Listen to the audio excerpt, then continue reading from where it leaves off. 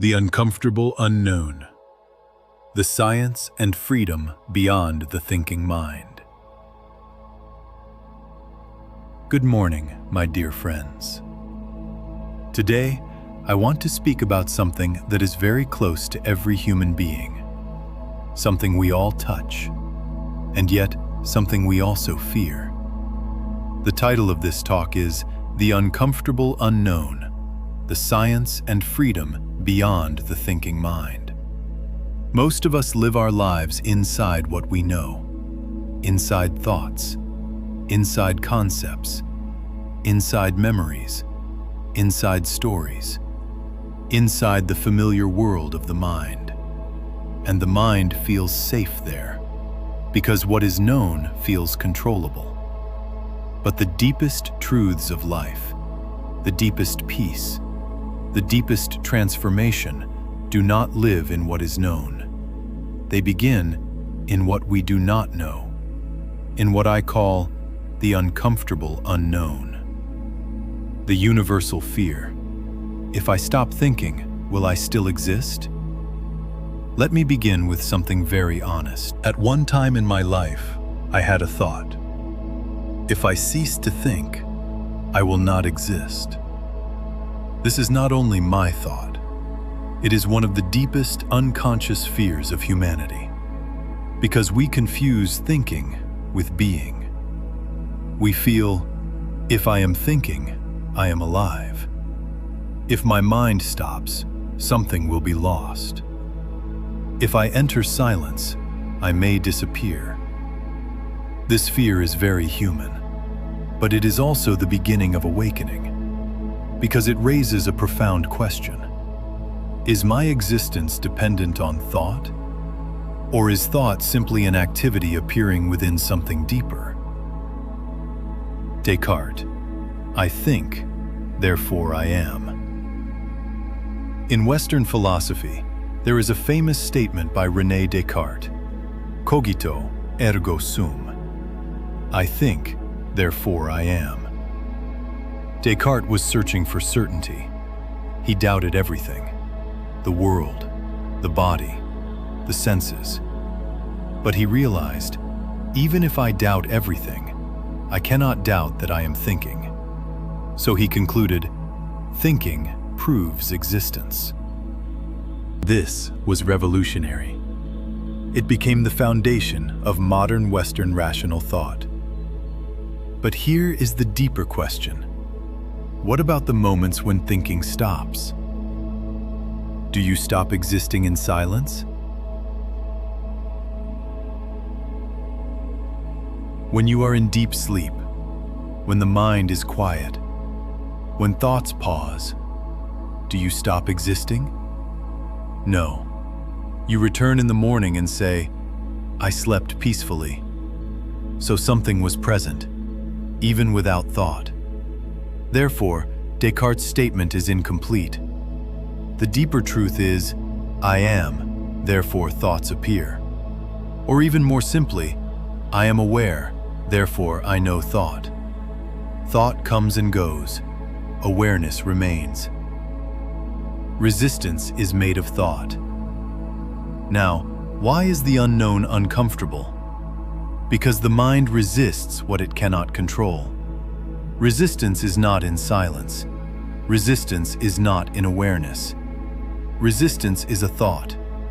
The mind says, this is strange. This is pointless. I am wasting time. Nothing is happening. And this is very important. The resistance itself is the thinking mind. When you enter the unknown, you are leaving the familiar territory of mental control. So the mind becomes afraid, not because silence is dangerous, but because the mind cannot map it. The unknown seems like nothingness. Many people think the unknown is nothing. It seems empty. It seems like a void. So people ask, why should I sit doing nothing? But this is one of the greatest misunderstandings, because all things are born from what appears to be nothing. Look at space. Space looks empty, yet it contains galaxies. Look at silence. Silence looks empty, yet it holds all sound. The unknown is not a dead void. It is a living source. It is not emptiness in a negative sense. It is openness. The brain needs restarting. Let me give you a very simple modern analogy. Sometimes our computer becomes slow. The mobile phone begins to freeze. What do? We restart it. And suddenly, everything becomes smooth again. Our brain is also a biocomputer. It is processing endlessly. Thoughts, emotions, worries, plans, memories. Without rest, the system becomes overloaded. Meditation is a restart. Silence is a reset. The unknown is not wasted time. It is neurological renewal. Scientific support. Default mode network. Modern neuroscience has discovered something very interesting.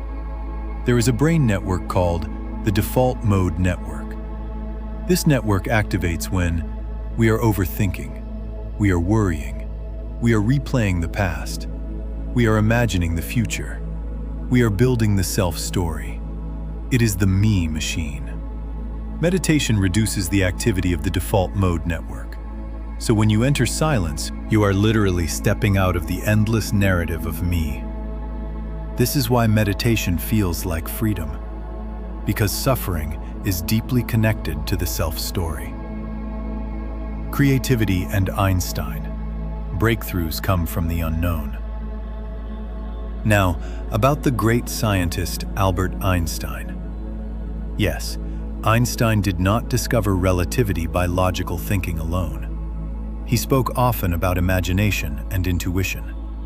Scientific breakthroughs often arise not during intense effort, but during stillness.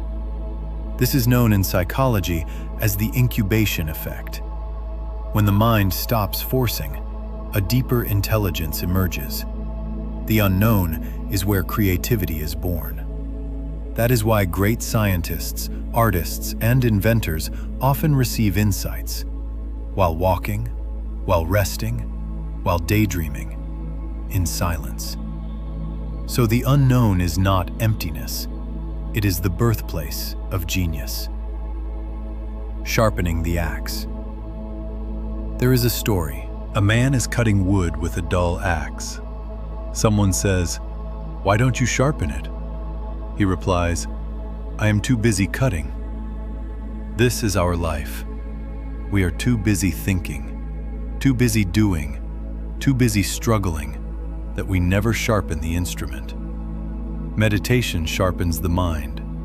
Silence sharpens consciousness. You do not lose productivity. You gain clarity. Buddha and the Masters. Returning to the unknown. The great Gautam Buddha, Jesus, Lao Tzu, Ramana Maharshi, all spiritual masters repeatedly entered silence. Buddha did not think his way into awakening. He sat. He entered emptiness again and again until grasping ended. Masters teach, the unknown is not something to fear. It is our deepest home. We cannot avoid the unknown. Here is the existential truth. We come from the unknown. We go back to the unknown. Birth is unknown. Death is unknown. Tomorrow is unknown. Life itself is unknown. So the unknown is not optional. We can avoid it temporarily, but one day or another, we must face it.